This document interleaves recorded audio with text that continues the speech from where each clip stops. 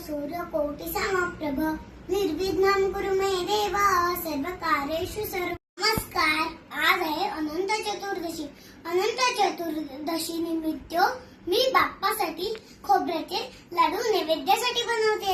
आपण आता साहित्य बघूयात। 1 वाटी खोबऱ्याचा किस घेतलाय, पाऊण वाटी पिठी साखर घेतली, 1 वाटी दूध पावडर घेतली, केसर घातलेलं दूध घेतलंय, मनुके आणि काजूचे काप घेतले आणि बदामाचे बारीक बारीक तुकडे करून घेतले। चला तर आपण आता रेसिपीला सुरुवात करू। आता मी एक रिकामा बाउल घेतलाय, त्याच्यात आता मी खोबऱ्याचा किस टाकते।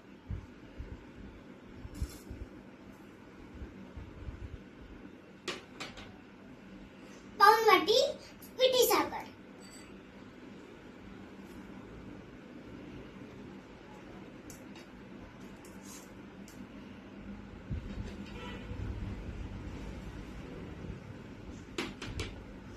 आता मिल्क पावडर,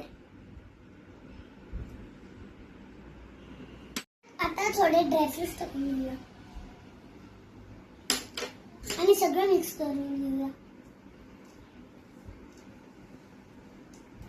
आता या मिश्रणामध्ये 5 चमचे दूध घालून घेऊया।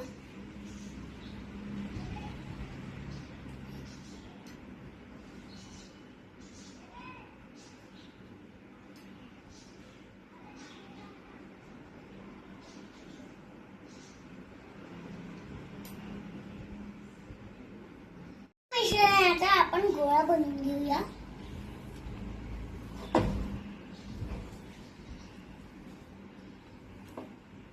आणि आता लाडू वळून घेऊया।